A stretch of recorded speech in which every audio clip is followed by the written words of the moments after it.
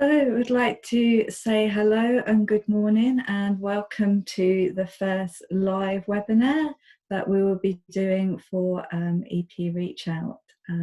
We'd like to welcome those of you joining us live this morning and those of you who will be coming along later on and seeing the session on YouTube. So today is very much an introduction to this project that Nicole and I have developed together. And we'd just like to give you a bit of an overview about kind of twofold this morning, giving you an overview of what educational psychology reach out is going to be all about, and to give you the opportunity, if you haven't done already, to experience joining a webinar, asking questions and seeing what it's like. So we hope you enjoy this session. Nicole. Thank you, Sarah. Thank you. So we're going to this morning go through just a short little PowerPoint presentation, and then at the end of that we'll have an opportunity for any questions that you might have, and you can use the Q&A function down there at the bottom, and we'll be promoting that rather than the chat function. So it should be there at the bottom of your screen if you're on a laptop, and then you might just need to hover around a bit if you're on a phone. It should be there somewhere, or on an iPad. And then we'll also offer the opportunity for you to pop into that Q&A box any ideas for content, any things that you'd like us to cover in this project, particular topics that you would find interesting and supportive.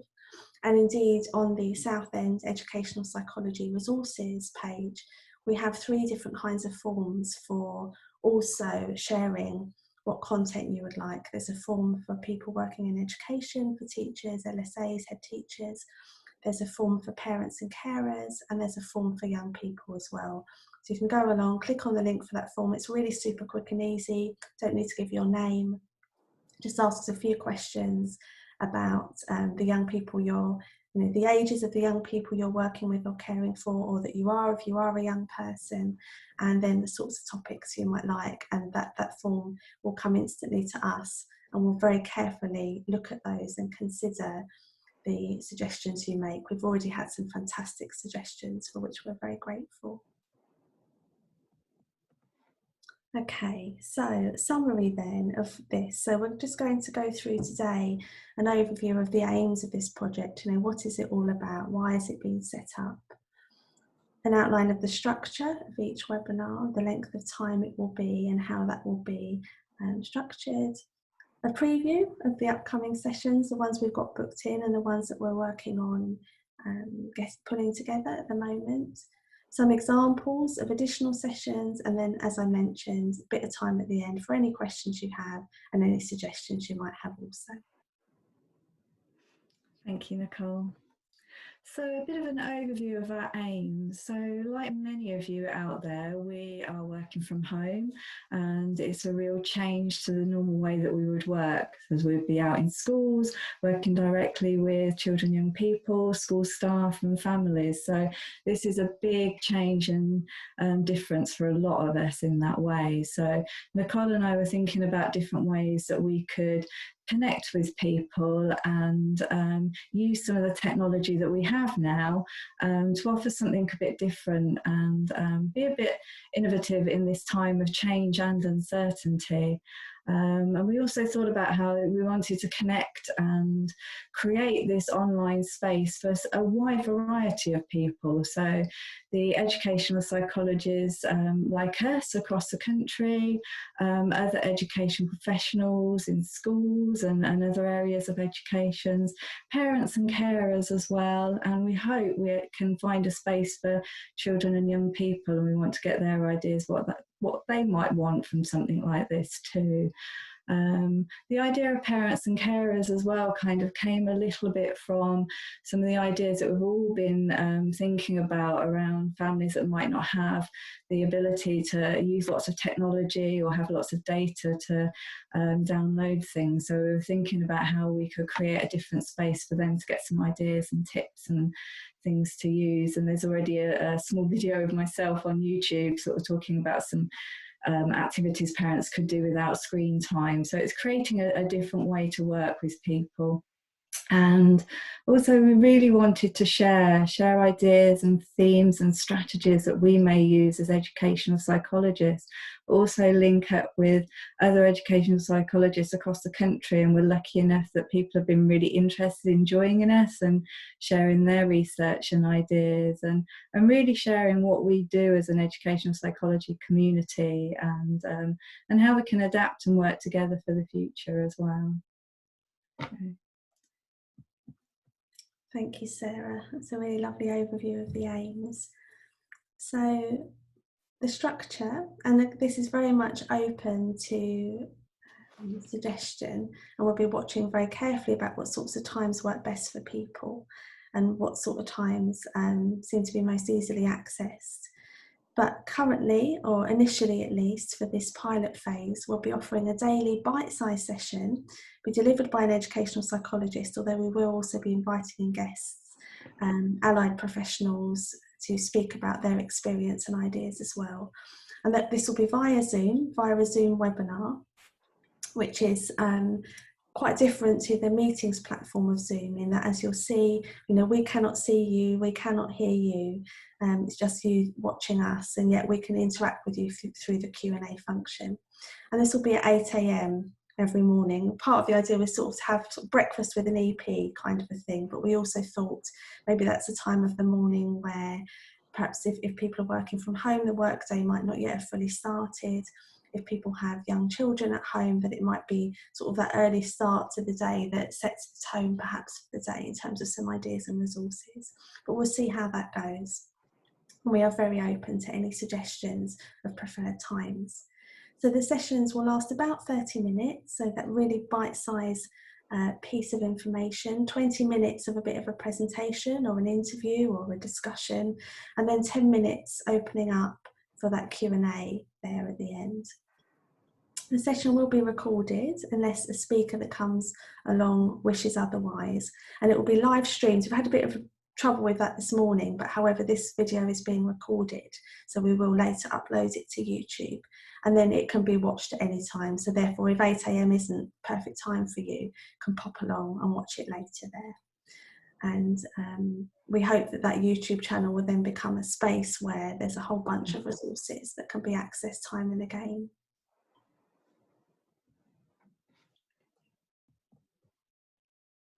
So we're going to start off tomorrow with a session on the nervous system. I'm going to be leading that session. It's an honour to do so.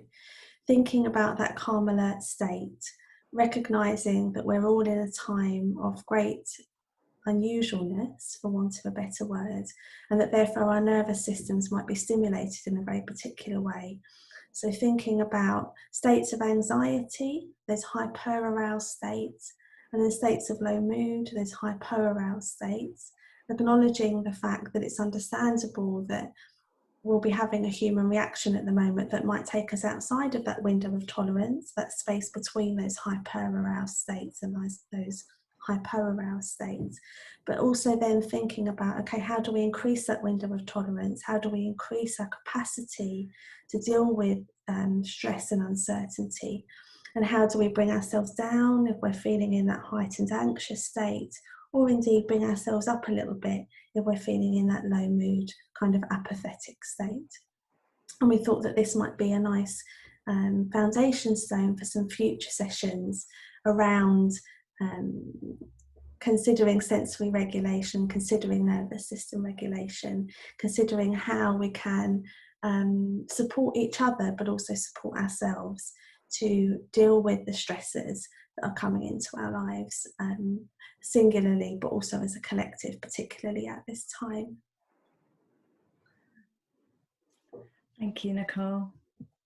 And then leading on from Nicole's session on Tuesday, I'm going to be looking at the concept of safety and containment, particularly in the world of uncertainty that we are at the moment, and thinking about a particular model that we as EPs use a lot, Brenner's ecosystemic model, and different layers of safety in our community, and also thinking about what makes us feel safe, how we create safe safety and promote safety for others, and what a sense of safety creates in us and how it enables us to build relationships and learn and trust, and all of those things interconnected with our children's learning, our own sense of well-being, and thinking about how we move on into the future.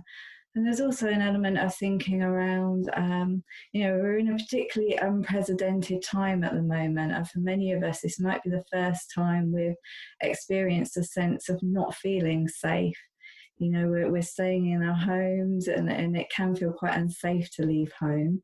But there are some people that have experienced that anyway. The world feels an unsafe place for them anyway. And we need to kind of think about safety in a broader way, and how we can support a sense of safety and well-being across our communities. So look forward to presenting on that. Thank you, Sarah. We look forward to hearing more about safety and containment as well on Wednesday, really important topic right now. And then we have some other ideas for proposed topics, and we have some of our own ideas, and already some of those forms are coming in, and we have been really touched by the sorts of ideas people are coming up with, and also quite heartened to think that there are themes that are shared, and therefore that by talking about these things, and particularly perhaps having a discussion at the end of webinars using the Q&A function, that people might feel less alone with these concerns. So for example, Sarah and I have chatted about how we've had a number of parents speak to us about their concerns of homeschooling and feeling like everyone else is doing it right and they're maybe doing it wrong, or they're not doing it enough. And actually we're able to go back to them and say, look, we're hearing this a lot from other parents, and just hearing that is relieving. So some of these things that are coming up we hope to address. Self-care for parents and education staff, something very important right now about taking care of ourselves so that we're able to also reach out and support those in our care. Transitions is coming up massively, and understandably so, particularly those transitions such as between nursery and primary, primary and secondary, secondary and college and sixth form, and then also that transition to university. There's a lot of concern about what that might look like, and also concern about young people not having had a clear ending to their previous setting, and what that also might feel like going forwards. So that's probably going to be quite a big topic that's covered in all sorts of different ways through this webinar series. Soothing anxiety, that's something I'll also touch on tomorrow when we talk about the nervous system, and that we'll also think about in other ways. Supporting the learning process through play, also thinking about learning at home and different ways that that might be supported.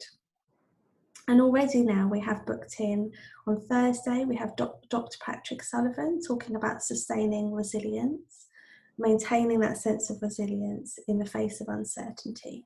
And then on Thursday, the 30th of April, so next week, we're very happy and privileged to have Tim Cox, who will be talking to us a little bit about hope theory in his webinar on making hope a habit. And there's much more to come as well.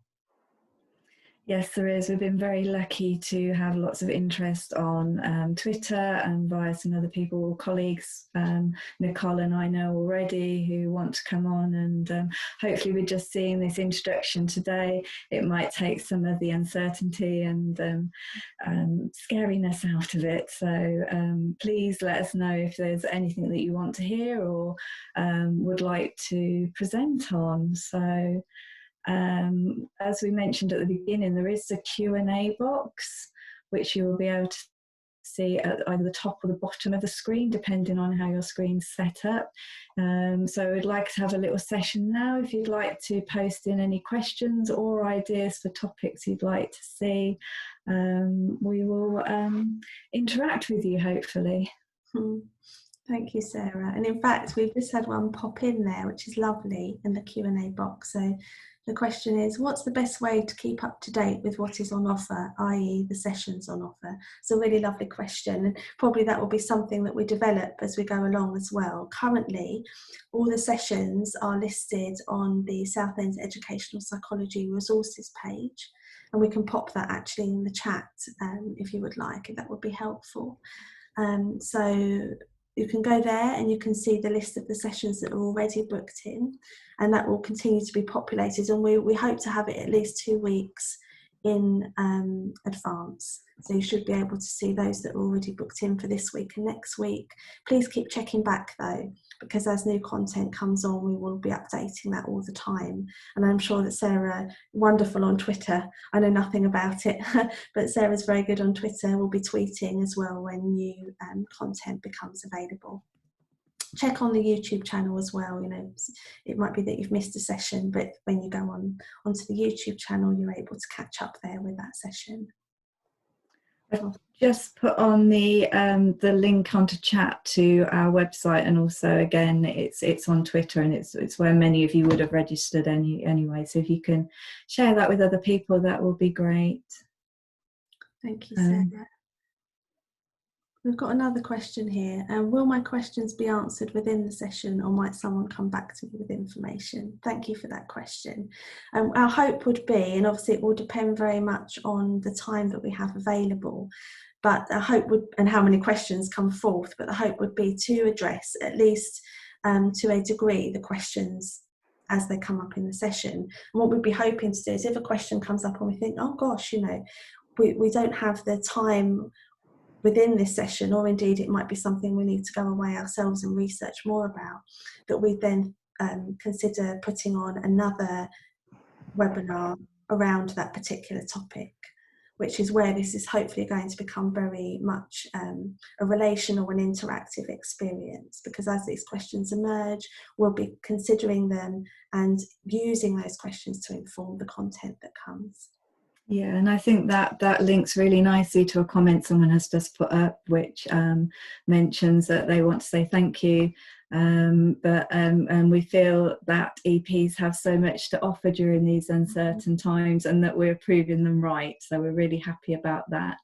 And yeah, welcome all the collaboration and the ways that we can support through this new medium. So and yeah, I was also thinking around, we put lots of resources on our webpage, so it might be that we do a kind of a sheet with you know, tips and things like that, so there'll be another resource there that can follow on, things that you can print off and things. So yeah, that's a lovely idea. It's a lovely comment as well, thank you for that, it's very encouraging. We also have a couple more comments here. A lot of parents are looking for support during this time for special educational needs students and how to cope with the change. Absolutely, and actually that's something that's come out in the forms that we've received around the topics people would like to have, so we'll make sure that we cover content of that nature as well. We've got some questions here about, do we know who has signed up to watch so far? Well, we know that we've had sign-ups, which is really heartening again, and we imagine they are a mixture of parents, carers and education staff. Again, we are hoping to put content out for young people as well, and therefore to have some sign-ups for young people too, from young people too. Yeah, I think the response, I mean, we launched this quite late on Friday afternoon, and I think the fact we've had at the last count about 20 responses from school staff and 3 or 4 from parents with suggested topics has been really heartening, and shows the interest out there, and hopefully that will be the you know, the audience that we will be able to see here, parents, school staff and EPs. So yeah, and I notice here that there's a question around availability for families with English as an additional language, and I suppose that's a very pertinent and important question that we'll be looking into, and it may be, certainly I think we're learning ways to use this technology, so in terms of translations, it may be we have to look at translation in print and getting some information out for parents in that way to start with, but I do think that that's a really useful thing for us to keep in mind and make it as inclusive as we possibly can.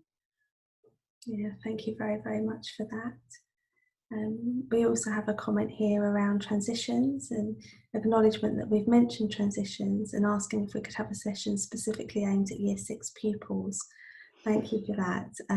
We'll be saving these Q&As that could inform future sessions, and for sure we'll save that comment. So thank you for that, and ensure that we do address that Year 6 transition. It's certainly coming up a lot at the moment, isn't it? I also know personally and professionally Year 6 teachers who really want to find a way as well to provide that sense of an ending of that, very important time in primary school, and support that transition off to secondary school. And lots of secondary schools as well wondering how to facilitate that and make that possible.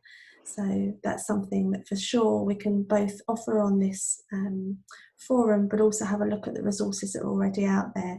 For example, we know that there have already been some webinars and some thinking about possible ways of supporting that transition for schools, and that's information we can pull together and share here also. Yeah, and I mean, I think there's certainly been a lot of talk in the educational psychology community about transition and it being a really important area. It's something we think about anyway in kind of typical times, that transition, that change, and it's even more heightened now. And I think it's going to be across the board where we need to think about children going back into school, not just those that might have additional needs. And I know the Division of Child and Educational Psychology are at the moment sort of looking at doing some guidelines for transition. There are various groups of EPs coming together, so hopefully we can have a kind of a consistent approach as well. So there will be some local community drives and ideas, but there'll also be a really bringing together ideas across the country to make sure that children really have the best possible transition back into school or to a new school. Thank you. I really love this idea, and thank you so much for it. Is there a flyer or an advertisement materials we can send to our families? That's a great idea, thank you. We can definitely look at that, because we really do want to get the word out there. We've already sent some emails to schools inviting them to share the information with their school communities, perhaps via newsletters, but perhaps if we had a really simple flyer that could just be sent on as a PDF, or however it is that families find easiest to receive it, that might be really helpful in terms of making sure that people know about it, so that at least they've got the choice as to whether to engage with these webinars.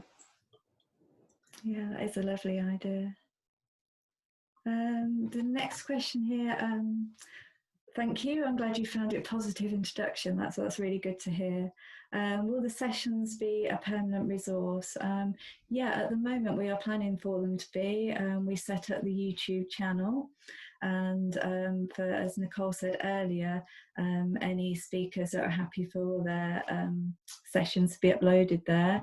We're looking at it staying. So some of these subjects might be very specific to now with the coronavirus and the time that we're in, but I think a lot of the themes and things we will talk about will be ongoing, hopefully a resource for people that might be interested in becoming an EP in the future, to look at what we do and what we think about, a resource for trainee EPs and also EPs that have been in the job for quite a while to get some ideas, as well as schools. So yes, I see it as a permanent resource. Thank you, Sarah. And that actually really links to another comment around somebody who's an aspiring EP and asking if they're okay to join, and so thoughtfully wondering if they might be taking up the place of somebody else. Please don't feel that way. We're able to take up to 100 participants in the webinar itself, but also anybody that then can't access that can still access it live through the live YouTube stream once we get that really solidly flowing well, and accessing it later via the YouTube channel. So please don't feel you're taking up a space. We'd love to have you, and equally who'd like to present, you'd be very, very welcome as well. We really want this to be inclusive. We want this to be a space where we can come together as an educational community and support one another in these most unusual and extraordinary of times.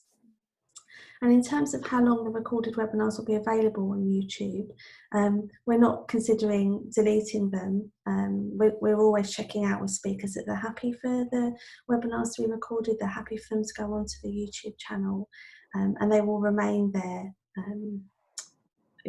as long as needed, really. And how will you find them? The YouTube channel. Sarah, are you able to pop into the YouTube channel, the chat, the YouTube channel link? I know that you have it there. Yeah, I'll try and find. Yes, I've got it here. Thank you. And then you can just pop along to the YouTube channel. There's also a possibility to subscribe so that you can receive a notification when new content has been put up there. We have a comment. It should be in the chat. I suppose as well, just thinking about anyone who would like to join us and do a session. We know that we've built up to this, and I've certainly had a few practices with Nicole to get the confidence up to actually put myself out there. But there's also the option of doing something pre-recorded. You might want to record something yourself at home, even a kind of just a short video, and we can upload that as well. So there's not the expectation that everything will be live or everything will be recorded. So we're open to lots of different options. We're thinking about maybe interviewing people, having someone come and discuss resources they might be interested in. We don't just want this to be kind of just a presentation. We'd like it to be quite dynamic with different ideas. So we're open to any ideas you might have. Very open, very open. And there's a lovely comment here, and maybe it's a nice one to end on unless any further comments come through, which is, I would like to share that I see new opportunities coming out of the current situation that may make transitions now and in the future even better. And there's that sense of hope there, and I'm sure Tim Cox will also speak about that next Thursday in his session, a sense of what is it that's coming out of this situation, whilst we acknowledge the human suffering and the difficulty within this situation, also being curious about and open to the fact that it may open up indeed new opportunities, new ways of working, new ways of thinking, new ways of educating, new ways of transitioning and supporting young people to transition. And we're excited to think about those ideas also, with the desire that coming to these webinars is a positive experience. We might be talking about some difficult topics, but our hope is that one would go away from these webinars feeling equipped, and also that a little bit more of a sense of possibility as well, and hope.